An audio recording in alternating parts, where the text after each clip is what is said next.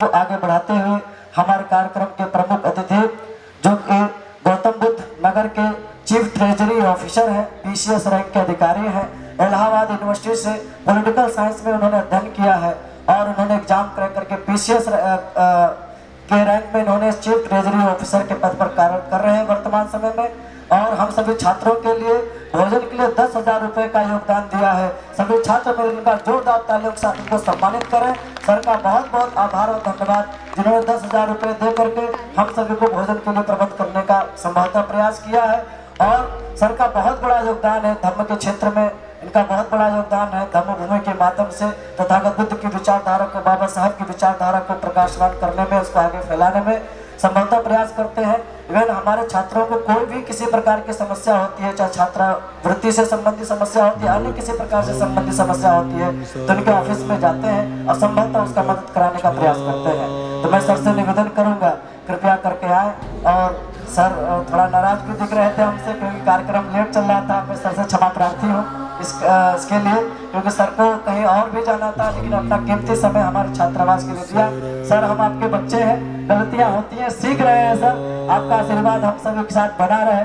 मैं सर से निवेदन करूंगा कि हम सभी छात्रों की गलतियों को क्षमा करते हुए अपने विचारों को प्रस्तुत करें और इस कार्यक्रम और हम सभी छात्रों को नई दिशा देने का काम करें। श्रद्धेय अशोक कुमार गौतम जी।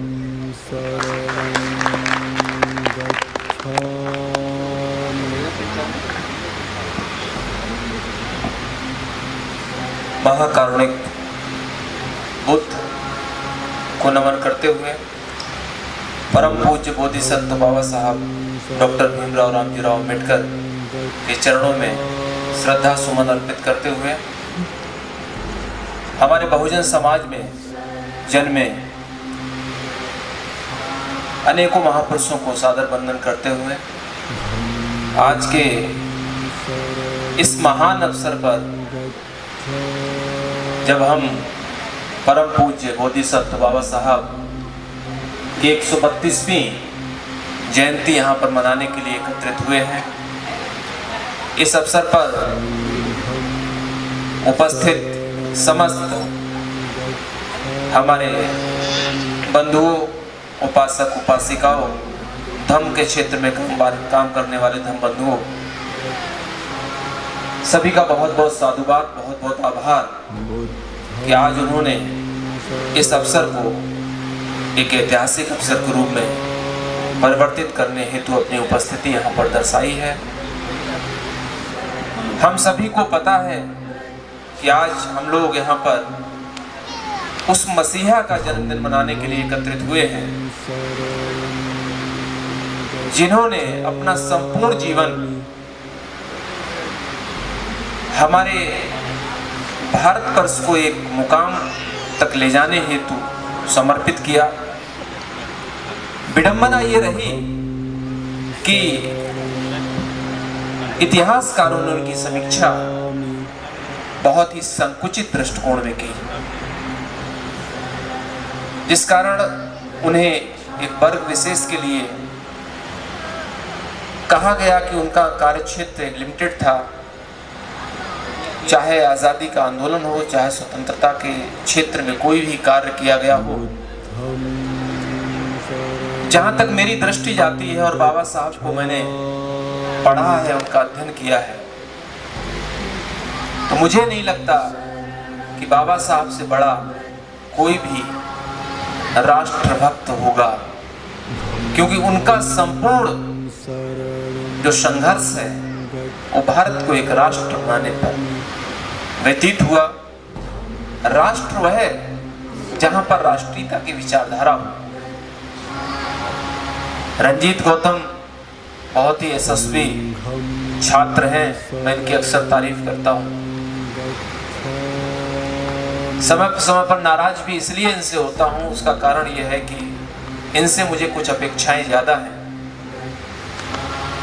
और इनका अधिकार भी मैं समझता हूं कि मेरे ऊपर काफी रहता है। आए दिन चाहे कोई भी समस्याएं हो, ये मुझसे शेयर करते हैं, तो ऐसे व्यक्ति के साथ समय समय पर नाराजगी भी होती रहती है। हमारे जितने भी पूर्व वक्ताओं ने बाबा साहब के दर्शन को यहाँ पर अभिव्यक्त किया है। मुझे लगता है कि कोई भी क्षेत्र छूटा नहीं है। हम अगर देखें कि बाबा साहब का बचपन से लेकर और 1917 तक का जो संघर्ष है, उसको अगर हम एक भाग में बांट दें, जब उनका अध्ययन का कार्य चला, महाराज सयाजीराव गायकवाड़ जी की उपलब्ध कराई गई छात्रवृत्ति के आधार पर उन्होंने विदेश में जाकर शिक्षा ग्रहण की और उसके उपरांत निर्धारित शर्तों के अनुरूप जब उन्होंने बड़ौदा राज्य में, जहां पिछले साल मैं गया भी था, वहां पर सैन्य सचिव के पद पर अपनी सेवाएं देने के लिए कदम रखा, तो उनके साथ जो विभेदपूर्ण व्यवहार हुआ, जिसे हम कहते हैं कि भारतवर्ष में जो विषमता मूलक विचारधारा थी, उस विचारधारा के अनुरूप किस तरीके से एक वर्ग विशेष, और बाबा साहब तो उन परिस्थितियों से बहुत ऊपर हो गए थे, उसके बावजूद भी समाज की वह कलुषित विचारधारा जिसमें उनके साथ छुआछूत पूर्ण भेदभाव किया गया, उस कार्यालय का एक 4th क्लास एम्प्लॉय भी उनके साथ किस तरह व्यवहार करता है, यह हम सभी किसी से छिपा हुआ नहीं है। 12 सितंबर 1917 वह पहला दिन जब बाबा साहब ने उस प्रांगण में कदम रखा, शायद यह सोचकर कदम रखा होगा कि वह लंबी अवधि तक अपनी सेवाएं देंगे, लेकिन मात्र 11 दिन, कल्पना कीजिए वह मात्र 11 दिन कैसे व्यतीत हुए जब एक पारसी सराय में ही उनको अपमानित करके निकाला गया। और 23 सितंबर 1917 को वह उसी सयाजीराव गायकवाड़ पार्क में एक वृक्ष के नीचे, बरगद के पेड़ के नीचे बैठकर यह शपथ लेते हैं, यह संकल्प करते हैं कि जब मेरे जैसे व्यक्ति के साथ आज भी भेदभाव हो रहा है, जबकि मैं शिक्षित हूँ, सुसंस्कृत हूँ, प्रत्येक चीज में मैं अपने आप को एक मुकाम पर पाता हूँ, उसके बावजूद भी इस शिक्षा का, इस सम्मान का इस भारतवर्ष में कोई मान नहीं है। इस भारतवर्ष में मान केवल और केवल उसी व्यक्ति का है जो चातुर्वर्ण व्यवस्था के उच्चतम शिखर पर है। उन्होंने कहा कि मैं अपना आगे का जीवन अपने उन 7 करोड़ भाइयों के लिए न्यौछावर कर दूंगा, अर्पित कर दूंगा, जिनके स्वाभिमान और सम्मान कि कभी कोई हानि न हो। और यह कहते हुए उन्होंने बड़ौदा को छोड़ दिया और वह दिन 23 सितंबर था जिसे हम संकल्प दिवस के रूप में मनाते हैं। उसके बाद पुनः उनका अध्ययन का कार्य शुरू होता है, इंग्लैंड जाते हैं और उसके बाद बहुत सारे एपिसोड घटित होते हैं इतिहास में। अगर आप उठा के देखेंगे तो चाहे वो नेहरू रिपोर्ट का पीरियड रहा हो, चाहे वो साइमन कमीशन का भारत में आना रहा हो, चाहे वो राउंड टेबल कॉन्फ्रेंस की स्थिति रही हो, उस समय हमारा राउंड टेबल कॉन्फ्रेंस के थ्रू जो पूरा पैक्ट था, रंजन मैकडोनाल्ड अवार्ड की बात रही हो, इस सारी घटनाक्रम से घटित होने के बाद भी बाबा साहब को लगा कि सब कुछ होने के बाद एक दौर वह 1917 का और एक दौर वो जब बाबा साहब नासिक की अवला कॉन्फ्रेंस में 1935 में यह कहने को मजबूर हो जाते हैं, विवश हो जाते हैं कि यद्यपि हिंदू धर्म में पैदा होना मेरे बस में नहीं था, लेकिन मैं इस धर्म में रहकर मरूंगा नहीं। सोचिए उस महापुरुष, उस मसीहा के समक्ष कैसी कैसी परिस्थितियां रही होंगी। इससे पूर्व का इतिहास जो है, क्योंकि समय बहुत कम बचा हुआ है और मुझे अभी कहीं निकलना भी है, इससे पूर्व बाबा साहब अपने 4 बच्चों की कुर्बानी देते हैं समाज की खातिर, वो एक अलग चैप्टर है। जब वो ये घोषणा करते हैं कि तब हिंदू धर्म में पैदा होना हमारे बस की बात नहीं थी, लेकिन मैं अपने जीते जी इस धर्म में रहकर मरूंगा नहीं, और 21 साल बाद वह इस चीज को भी पूरा करते हैं। 14 अक्टूबर 1956 को वह हिंदुइज्म को त्याग कर बुद्धिज्म को ग्रहण करते हैं। अभी हमारे पूर्व वक्ता गुरुजी ने एक बात कही कि बाबा साहब जब 18 मार्च 1956 को आगरा के लाल किला मैदान पर उन्होंने अपना भाषण दिया, अभी कुछ समय पूर्व ही हम लोगों ने एक ऐतिहासिक कार्यक्रम 18 मार्च को आगरा में संपन्न किया है। इस बार एक नई मिसाल डाली है। 17 मार्च को हमने पहली बार बुद्धा पीस मार्च का आयोजन किया, जिसमें हजारों की संख्या के लोगों ने प्रतिभाग किया, और 18 मार्च को इसी 18 मार्च 2023 को बाबा साहब की पावन स्मृति में हमने 50,000 वह भाषण की बाबा साहब के भाषण की प्रतियां छपवाकर निःशुल्क वितरित कराने का कार्य भी किया है। मैं चाहूंगा कि वह प्रतियां मैं कुछ हॉस्टल में भी दूंगा, और जो हमारा यहाँ छात्र बैठा हुआ है, इस हॉस्टल के जो भी छात्र हैं, अगर उस भाषण को सही तरीके से पढ़ेंगे, जैसा कि गुरुजी ने बताया कि वह भाषण अपने आप में संपूर्ण भाषण है। उस भाषण में बाबा साहब ने समाज के प्रत्येक क्षेत्र को टच किया है, चाहे वह धार्मिक क्षेत्र हो, चाहे वह राजनीतिक क्षेत्र हो, चाहे सामाजिक क्षेत्र हो, चाहे वह आर्थिक क्षेत्र हो। कहने का मतलब है चाहे राजनीतिक पर्सन हो, चाहे व्यवसायी हो, चाहे वो छात्र हो, चाहे वो धार्मिक क्षेत्र के योद्धा जिनको हम भिक्षु कहते हैं, भिक्षु संघ कहते हैं, या कृषक वर्ग हो, भूमिहीन मजदूर हो, कोई भी हो, बाबा साहब ने कहा है भिक्षुओं के लिए बहुत अच्छी तरीके से उसमें कहा है कि जो बुद्धिज्म का पतन हुआ है भारतवर्ष में, उसका एक कारण ये भी है कि भिक्षु संघ जो है वह विलासतापूर्ण जीवन जीने का आदी हो गया। तो मेरा सिर्फ कहने का मतलब है, मैं उस भाषण की यहाँ विवेचना नहीं करने जा रहा।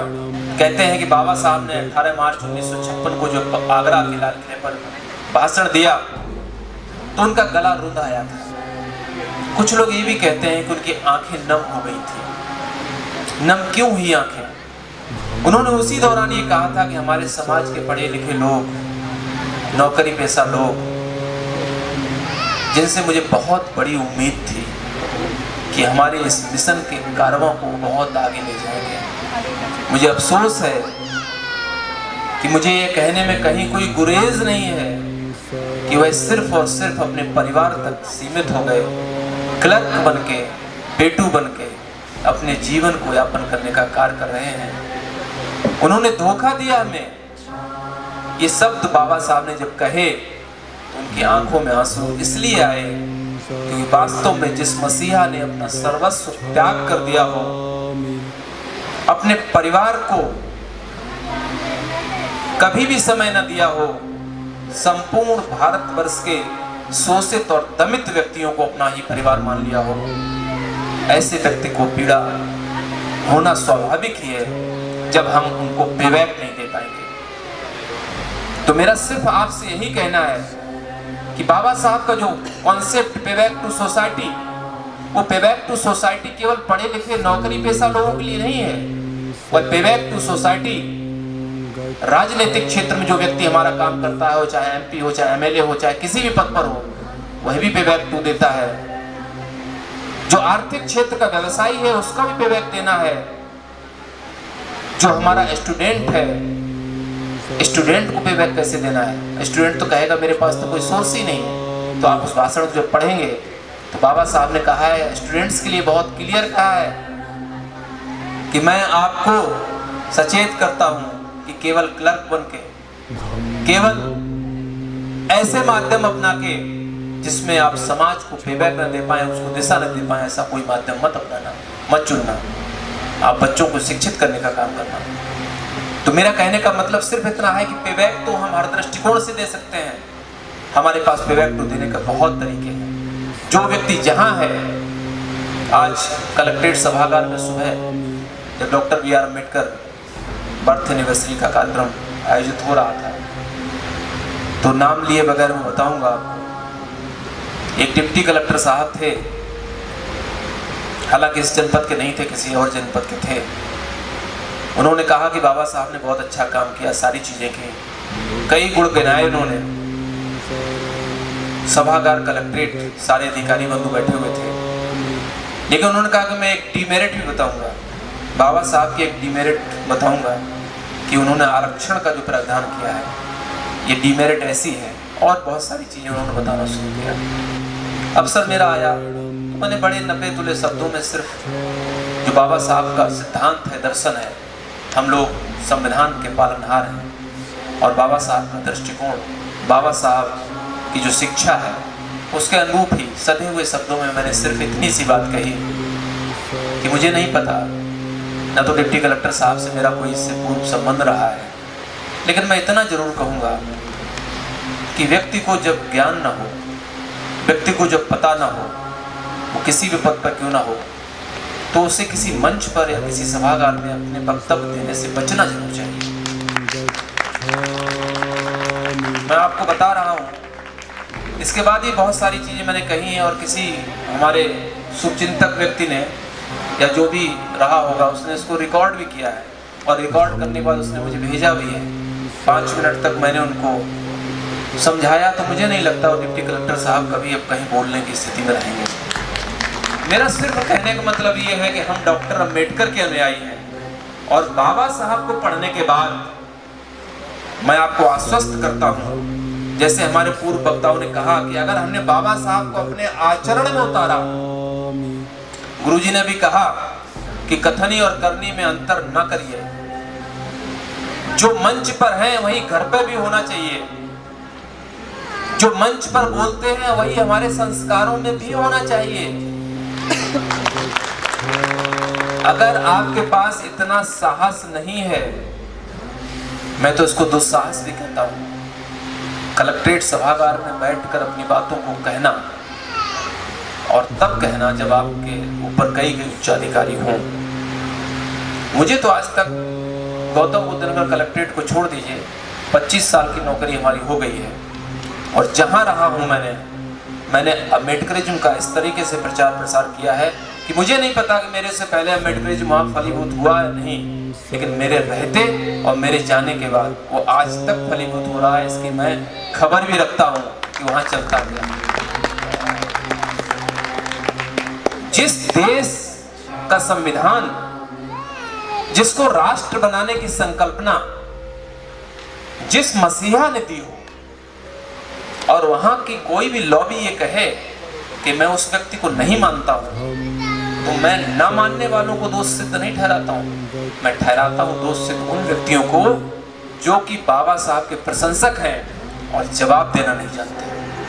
और जिस दिन हम बाबा साहब को पढ़ना शुरू कर देंगे और समझना शुरू कर देंगे और उनके विचारों पर चलना शुरू कर देंगे, तो मुझे लगता है कि हमको इस तरीके की स्थितियों का पुनः सामना नहीं करना पड़ेगा। मैं आज के इस अवसर पर बहुत ज़्यादा समय नहीं लूँगा, क्योंकि मुझे अभी कहीं निकलना भी है।